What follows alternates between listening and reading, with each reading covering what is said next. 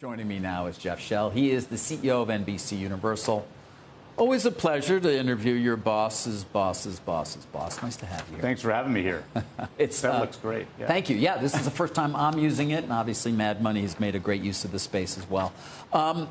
Jeff, no shortage, as I said, of things to discuss. I want to talk films, want to talk parks, but investors really want to talk a lot about Peacock and direct to consumers. They try to understand the new landscape. There's a downgrade of our parent company, Comcast, today, and I'll just start with that and get your response.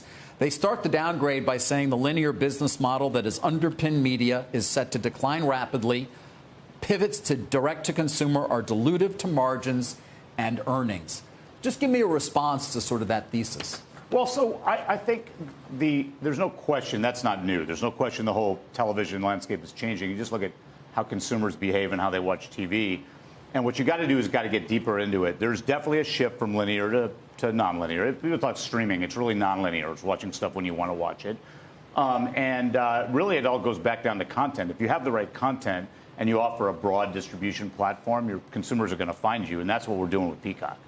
And when it comes to Peacock, though, there continue to be sort of questions about how robust the service needs to be. I think 13 million paying subscribers right now. I think Brian Roberts recently at a conference I attended as well, 60 million total. But obviously a lot of them are Comcast subscribers. And an EBITDA loss of $2.5 billion for 2022. So what do you tell those who say, OK, direct to consumer really important, the nonlinear business, but how are you going to make it profitable?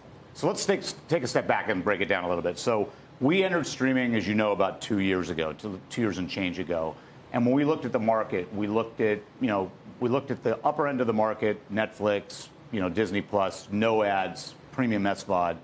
And even back then, it looked pretty frothy. It looked pretty competitive. And so we decided to enter in a different way. We entered as kind of a broad dual revenue stream model, which we thought, A, was the more attractive business opportunity, but it happened to fit really well with our company. That's what we do in our regular business. That's where our content is.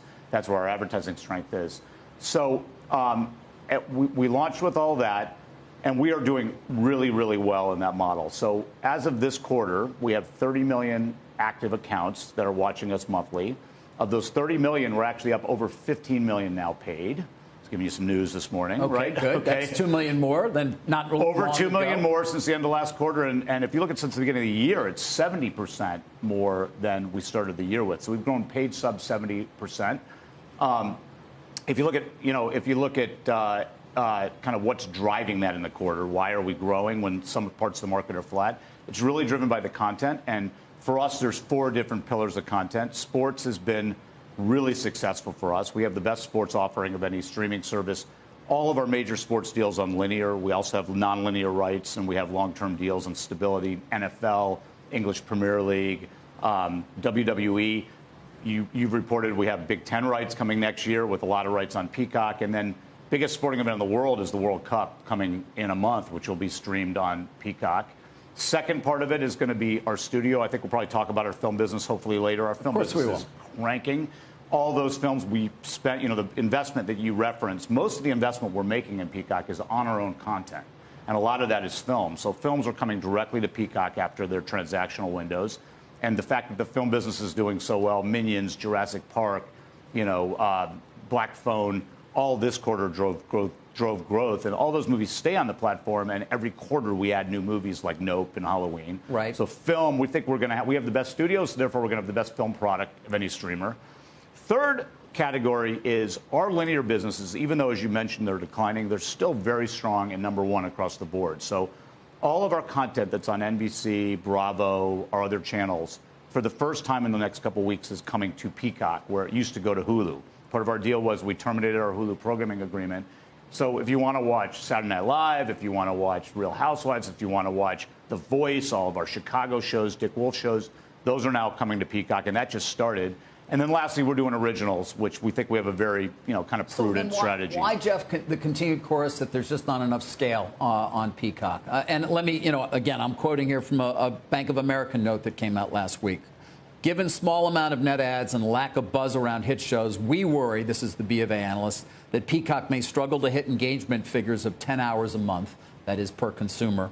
And they say NBC is at the greatest potential risk of the companies that they follow in that space. How do you respond to that continued question as to whether there's simply not enough scale? There's a very easy way to respond. By the way, everybody's talking about subscribers. All subscribers are not created equal, right? So what you have to do is actually look at the real numbers. And because we're ad-supported, engagement is very important for us. So once again, in this quarter, we're doing an ARPU of close to $10 on our paid subs, which is very healthy. I think we've reported before we did over $1 billion in the upfront for Peacock in only our second upfront, since we launched 2 years ago. And if you look at the third quarter on a run rate basis, our third quarter, we would do $2 billion in annual revenues on Peacock. So I don't know a lot of businesses that you've covered that in 2 years have reached a point of $2 billion. So we're right on the trajectory that we wanted to. We're growing subs, we're growing our revenue, and we have the scale to do things we want. And are we investing enough? I mean, does it require more? I mean, you look, obviously, as a company, we invest over $20 billion in content, but specifically to Peacock. I mean, Disney Plus, Chapek said $16 billion. We know Netflix is at $17 billion. Is it enough at Peacock? I think, once again, going back to the beginning, we are a different strategy than Netflix or Disney Plus. We look at our TV business as a whole. So we don't say, here's how much we're spending on Peacock, here's how much we're spending on NBC. What we're looking to do is build a platform where our content creators can have a platform that offers them the best chance of a hit as they move across different devices for consumers to watch. And more importantly, allows advertisers to have that full platform. We think our platform's the best. We clearly need a streaming element of that platform. We think Peacock's perfect. And with it, we're growing just where we need to do to get it. So those who would say, well, you know what, you need to figure out a deal, whether it's with Paramount or whether it's one day Brian making the move on Warner Brothers Discovery, obviously sometime perhaps from now, because direct-to-consumer is the key and it's simply not big enough. You say? First of all, just the scale question I find completely baffling. I've been at Comcast for about 20 years now. I've been at NBCUniversal for over a decade. There has not been one single time when I've ever had an investment that we wanted to make that we think would drive a return that we couldn't make because we didn't have enough capital. Our competitors that you cover can't say that, right? So what scale? I mean, at scale, we have all the scale to do what we need to do. We're making huge investments in our theme parks. We're making twice as many movies as our nearest competitor. And we're buying all that content and moving it to Peacock to establish the streaming service. So I think we have plenty of scale. Sure, if you can make acquisitions for the right strategy and the right price, we've been a company that has always made acquisitions as part of our business. Look back at DreamWorks, where we bought 6 years ago. People questioned the price of that. It's been an unquestionable success, adding another animation studio at a price that now looks pretty favorable. And I'm not going to talk about the big transformative deals, but for the people who say we need to do something, we don't need to do anything. Linear cable business, you talked about it. I want to share a quote with you from MoffettNathanson. They say the linear model can no longer be saved, so there's less and less energy being devoted to saving it. You agree with that? I think whenever there's a shift in businesses, people tend to get to the end of the movie without following the movie through. So there's no question that linear is starting to decline as people shift. You see it in your own behavior, right? But linear is still incredibly important business to consumers, incredibly important business to advertisers. Just look at the NFL, which we just renewed last year. Right. Look at the numbers of the NFL or the Olympics. So linear is a part of the overall ecosystem. It's not going to be... Produces a lot of cash. A lot of cash flow and a lot of viewers. People still watch. People don't just go home and say, I want to watch linear or streaming tonight. They say, I want to watch a show. Right. Sometimes it's a live NFL game. Sometimes it's binging a drama on a streaming service. Sometimes it's watching a Chicago episode live because you saw it on Peacock last week. So it's a lot more complicated than that picture. It's not over. What about 10 o'clock at night? Are they still going to be able to watch NBC programming, or is this idea of potentially giving that time back to the affiliates going to happen? We're evaluating a lot of things. I mean, when you look at the investment in Peacock, as I mentioned, most of the investment is for our own programming, putting it on Peacock. But if we're being prudent operators, which we try to be, right, if you're allocating a bunch of resources to one part of the business, you have to look at the allocation of resources to another. So I don't think we're ready to make any decision on 10 o'clock or anything else. When will you? We are looking to reallocate resources. You are, but do you know when you come to a decision? Yes or no, given it's been in the press? Whenever the numbers work. Right now, we have a lot of great shows at 10 o'clock. We make a lot of money at 10 o'clock. We still have a lot of viewers at 10 o'clock. There's no question throughout the day, as linear declines, you're going to have to make some trade-offs, and we'll be looking at that as our investors would want us to look at. Yeah. Well, we've mentioned parks a couple of times, and we haven't focused on it. Obviously, it's one of the important growth components of the company. Perhaps not thought that way back when the deal was done, but it's a star. Can you continue to make the kind of investment that will generate the returns that you're looking for? Yeah, there's no question. The parks business right now is just cranking. I mean, if you look at our domestic theme parks are way above where they were in 2019 here. approaching historic levels. We're taking share in Florida. That's all with international visitors still way down from what they were prior. So we still have some runway for international visitors when they come back. Internationally, this is going to be the first quarter, the third quarter that we're actually profitable in Beijing.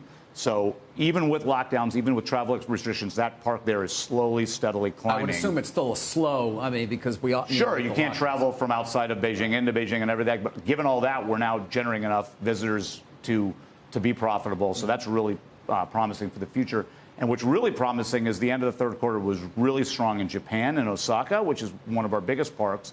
And the most promising thing to me is it's being driven by the investment we made during the pandemic on a new Nintendo Land, which is fortunate because we also invested in building that in Hollywood, which is coming in the beginning of next year, coinciding with the launch of our Mario movie at Universal. And then, of course, we're building Epic in Orlando, our third park there, which is going to be anchored by Nintendo.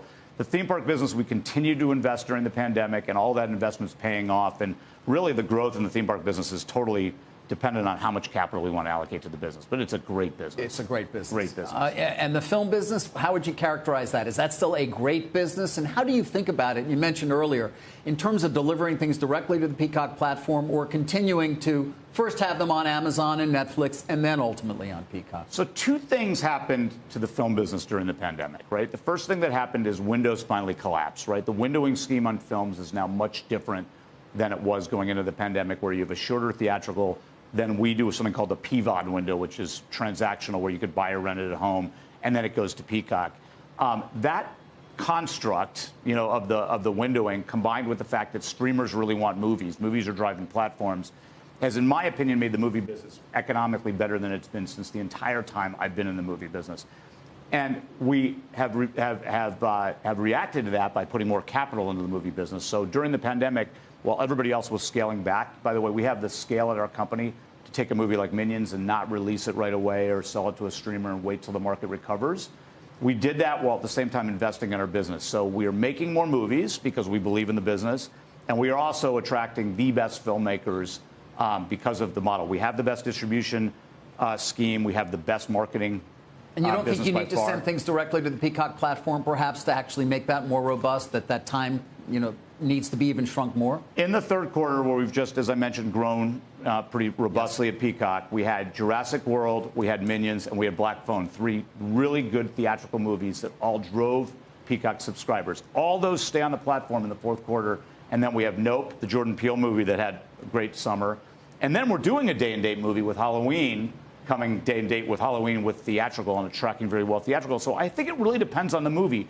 For me, most movies feel like movies when they get a big, robust theatrical launch and then end up at Peacock a short time afterwards. Right. That's what makes them movies as opposed to just a long TV show. But occasionally there's a movie like Halloween that you can be kind of strategic about and put it on Peacock at the same time. But I think the movie business is great. I think our movie business in particular is very strong looking out at our slate. And I think because we bought our rights, that's going to contribute to the growth of Peacock going forward. You mentioned pulling some content off Hulu. Got to wrap up here, but I did want to get a sense from you. Would we want to own all of Hulu if we could actually work that deal the other way? We own 33% now, we being Comcast. Or is that something that in 2024 you're going to say goodbye to? Well, the deal. The mechanism is there's a buy-sell at the end of next year, and our anticipation is going to be that Disney is going to pay us a lot of money. It certainly sounded like that from having spoken to Chapek a few weeks ago. Which I watched, and so it sounds like they're going to buy it. Look, as Brian said, I think a couple weeks ago, it's a great asset. If it was put on the auction block, it would fetch a high price. It would be a pretty robust auction. We would want to participate in the auction. We, like a lot of other people, would want to own Hulu. That's not what we anticipate happening, but it's a pretty valuable asset.